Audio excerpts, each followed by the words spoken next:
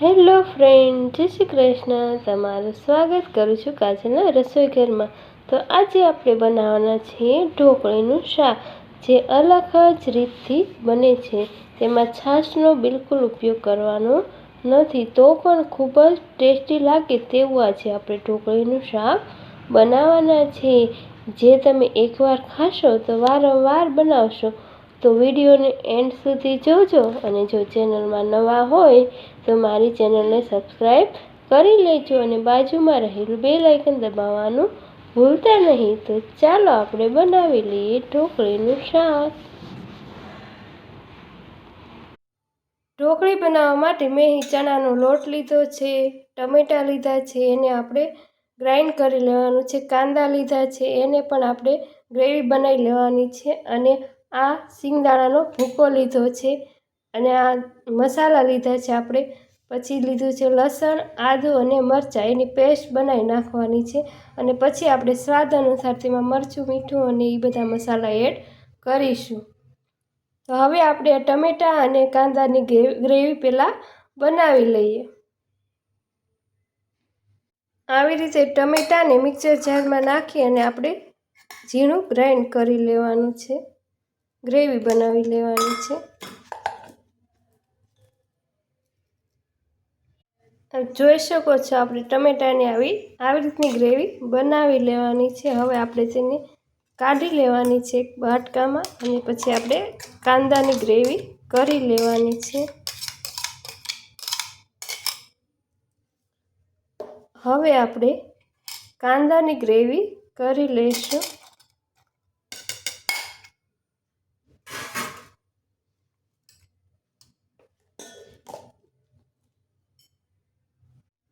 આપ જોઈ શકો છો, આપણા કાંદાની ગ્રેવી પણ બની ગઈ છે. તેને આપણે એક વાટકામાં કાઢી લઈએ. આવી રીતની કાંદાની ગ્રેવી કરી લેવાની છે.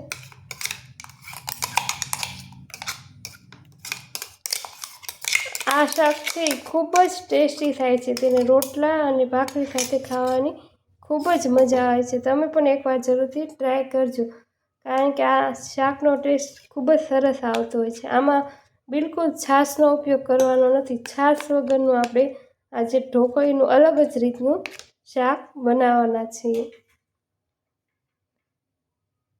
હવે આપણે ટમેટાં અને કાંદાની સરસ મજાની ગ્રેવી બની ગઈ છે. હવે આપણે આ લસણ, આદું અને મરચાંને આપણે પીસી લેવાના છે ખાણીમાં. આવી રીતે આપણે તેને પીસી લેવાના છે.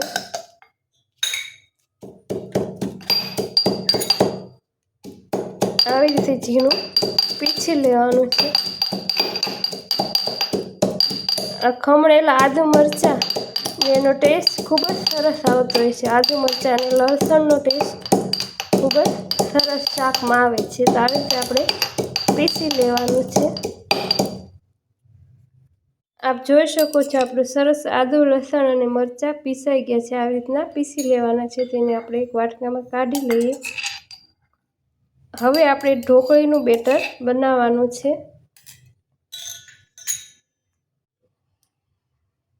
ઢોકળીનું બેટર બનાવવા માટે આપણે એક વાટકો ચણાનો લોટ લીધો છે. તેમાં અડધી ચમચી મરચું નાખ્યું છે, અડધી ચમચી ધાણા જીરું નાખ્યું છે, અડધી ચમચી મીઠું નાખ્યું છે, અડધી ચમચીથી ઓછી હળદર નાખી છે, અને અડધી ચમચી આપણે ગરમ મસાલો નાખ્યો છે. હવે આપણે પાણીથી આ બેટરને સારી રીતે મિક્સ કરી લેવાનું છે. જરૂર મુજબ આમાં પાણી ઉમેરતું જવાનું છે. આવી રીતે બેટરને બહુ ઢીલું નથી બનાવવાનું, મીડિયમ રાખવાનું છે. જરૂર મુજબ આપણે પાણી ઉમેરતું જવાનું છે, અને ઢોકળીનું બેટર બનાવતું જવાનું છે. આવી રીતનું મિક્સ કરતા જવાનું છે.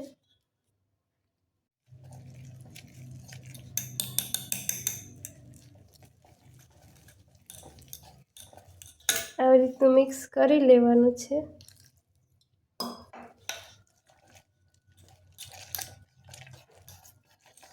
આપ જોઈ શકો છો, આવી રીતનું ઢોકળીનું બેટર બનાવવાનું છે. સારી રીતે મિક્સ કરી લઈશું એટલે લોટ છે એ બધો એકરસ થઈ જશે.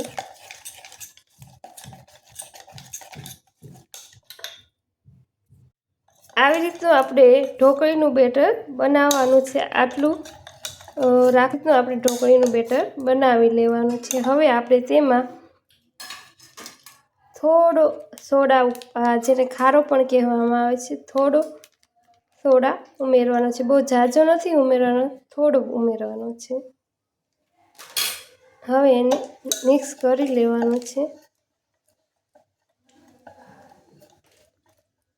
હવે આપણે ઢોકળીને પહેલાં તો સ્ટીમ કરી લઈએ, બાફી લઈએ. ઢોકળીને સ્ટીમ કરવા માટે બાઉલ લેવાનું છે. હવે આપણે તેમાં 1 ગ્લાસ પાણી ઉમેરવાનું છે અને હવે ગેસને શરૂ કરી દઈએ. પાણી ઉકળે પછી આપણે ઢોકળીને સ્ટીમ કરીશું.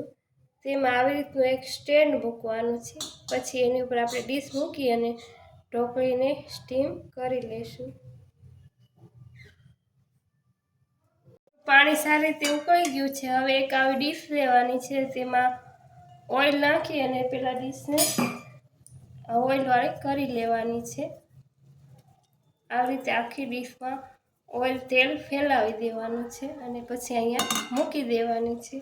હવે આપણે જે ઢોકળીનું ચણાના લોટનું બેટર બનાવ્યું હતું તે આમાં નાખી દેવાનું છે. આવી રીતે આમાં નાખી દેવાનું છે.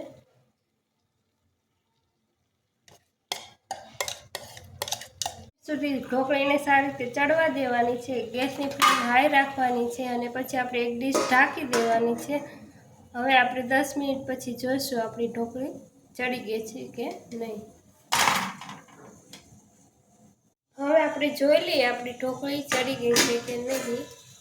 તો આપ જોઈ શકો છો આપણી સરસ મજાની ઢોકળી ચડીને તૈયાર થઈ ગઈ છે. આપણે તેને ચાકુની મદદથી ચેક કરી લઈએ. આપ જોઈ શકો છો ચાકુ સાથે ઢોકળી ચોંટતી નથી, એટલે આપણી ઢોકળી સરસ ચડી ગઈ છે. હવે તેને નીચે ઉતારી લેવાની છે. ગેસને બંધ કરી દેવાનો છે અને આ ઢોકળીને ઠંડી પડે પછી આપણે તેના ટુકડા કરીશું. હવે આપણી ઢોકળી છે તે ઠંડી થઈ ગઈ છે. હવે આપણે તેના નાના નાના ટુકડા કરી લેવાના છે. આવી રીતે નાના નાના એના પીસ કરી લેવાના છે. ધીમે ધીમે કાપશો એટલે આપણા સરસ મજાના એક સરખા ટુકડા બનીને તૈયાર થઈ જશે. આવી રીતે ઢોકળીના નાના નાના ટુકડા કરી લેવાના છે. આપ જોઈ શકો છો આપણી કેટલી સરસ ઢોકળી બની ગઈ છે. ઊભા અને આડા આવી રીતે તમે લાઈન દોરશો એટલે આપણા સરસ ટુકડા થઈ જશે. આપ જોઈ શકો છો કેટલા સરસ ચોરસ જેવા આપણા ઢોકળીના ટુકડા બની ગયા છે. આવી રીતના ઢોકળીના પીસીસ કરી લેવાના અને પછી આપણે તેનો વઘાર કરીશું.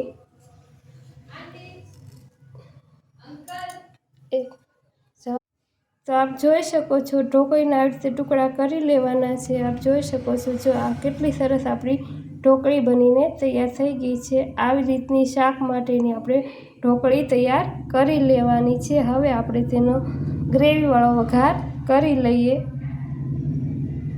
કરવા માટે આપણે અહીંયા એક લોહી લીધું છે. હવે આપણે ગેસને શરૂ કરી દેવાનું છે અને 2 મોટા ચમચા જેટલો આપણે તેમાં તેલ નાખીશું. તેલનું પ્રમાણ વધુ રાખવાનું છે તો આપણું સરસ મજાનું શાક બનીને તૈયાર થશે. હવે આ તેલ ગરમ થાય પછી આપણે વઘાર કરીશું. આપણું તેલ ગરમ થઈ ગયું છે. તેમાં આપણે ચપટી હિંગ ઉમેરીશું. હવે આપણે આ ગરમ મસાલા લીધા હતા તે એડ કરીશું. હવે આપણે પહેલાં કાંદાની ગ્રેવી એડ કરીશું. થોડી વાર ઢાંકી દેવાની છે. આવી રીતે તેલ સાથે કાંદાને સારી રીતે મિક્સ કરી લેવાના છે. હવે આને 2 મિનિટ સુધી સતળાવા દેવાની છે. કાંદા સારી રીતે મેલ્ટ થઈ જાય તેલમાં ત્યાં સુધી એને સતળાવા દેવાના છે.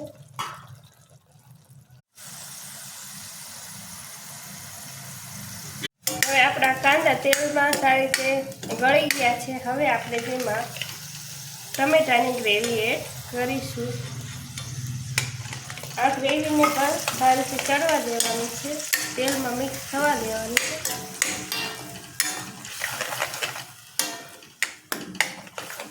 આવી રીતે તેલમાં તેને મિક્સ થવા દેવાની છે।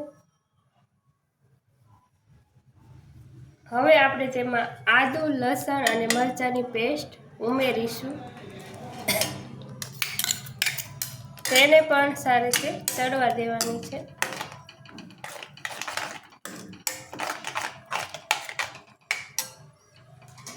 હવે આપણે 2 મિનિટ સુધી એને ચડવા દેવાની છે, ડીશ રાખી દેવાની છે, એટલે આપણા સરસ ટમેટા મેલ્ટ થઈ જશે।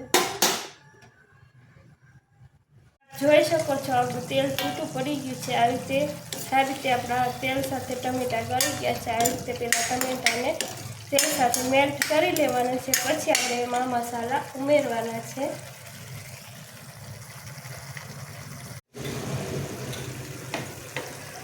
આપણા ટમેટા સારી રીતે મેલ્ટ થઈ ગયા છે। હવે આપણે તેમાં 1 ચમચી આપણે મીઠું ઉમેરીશું। 1 ચમચી આપણે કાશ્મીરી લાલ મરચું ઉમેરવાનું છે। 2 ચમચી આપણે ધાણા જીરું પાવડર ઉમેરીશું। અડધી ચમચીથી ઓછો આપણે હળદર પાવડર ઉમેરીશું।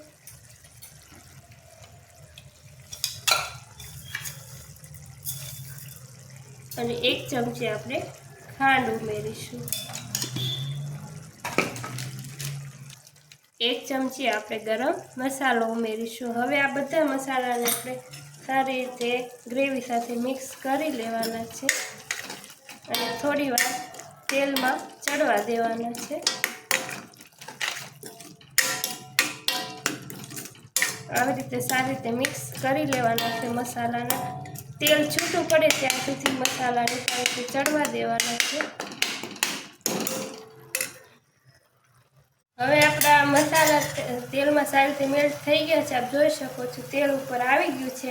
હવે આપણે આ ગ્રેવીમાં સિંગદાણાનો ભૂકો એડ કરીશું।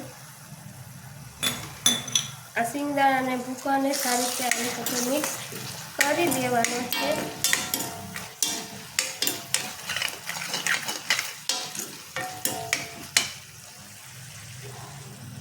તેલ છૂટું પડી ગયું છે। હવે આપણે આ ઢોકળીના જે ટુકડા કર્યા હતા તે તેમાં એડ કરીશું। એને સારી રીતે મસાલા સાથે મિક્સ કરી લેવાના છે।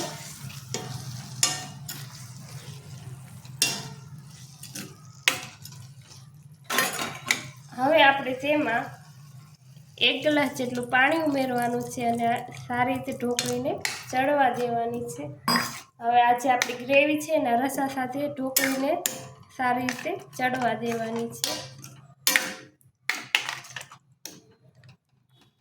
જોઈ શકો છો હવે આપણી ઢોકળી સરસ આપણે ગ્રેવી સાથે મિક્સ થઈ ગઈ છે। આવી રીતનું શાક બનાવવાનું છે, એટલું ગ્રેવીવાળું રાખવાનું છે। આપ જોઈ શકો છો ગ્રેવી સાથે આપણી ઢોકળી સરસ રીતે મિક્સ થઈ ગઈ છે। કેટલું સરસ આપણું ઢોકળીનું શાક બનીને તૈયાર થઈ ગયું છે। આમાં આપણે બિલકુલ છાશનો ઉપયોગ કર્યા વગર કેટલું સરસ ગ્રેવીવાળું આપણું ઢોકળીનું શાક બનીને તૈયાર થઈ ગયું છે અને રોટલા અને ભાખરી સાથે ખાવાની ખૂબ જ મજા આવે છે। આપ જોઈ શકો છો કેટલું સરસ આપણું ઢોકળીનું શાક બનીને તૈયાર થઈ ગયું છે। હવે આપણે ગેસને બંધ કરી દઈએ। આપણું તેલ જો ઉપર આવી ગયું છે ત્યાં સુધી ચડવા દેવાનું છે। હવે આપણે ગેસને બંધ કરી દઈએ અને આપણે શાકને સર્વ કરી લઈએ। હવે આપણે ઢોકળીના શાકને ડીશમાં સર્વ કરી લઈએ। આપ જોઈ શકો છો કેટલું સરસ આપણું ઢોકળીનું શાક દેખાઈ રહ્યું છે અને ખાવામાં પણ ખૂબ જ ટેસ્ટી લાગે છે। તમે એકવાર બનાવશો તો વારંવાર ખાવાનું મન થાય એવું આ ઢોકળીનું શાક બનીને તૈયાર થાય છે। ખૂબ જ ટેસ્ટી લાગે છે।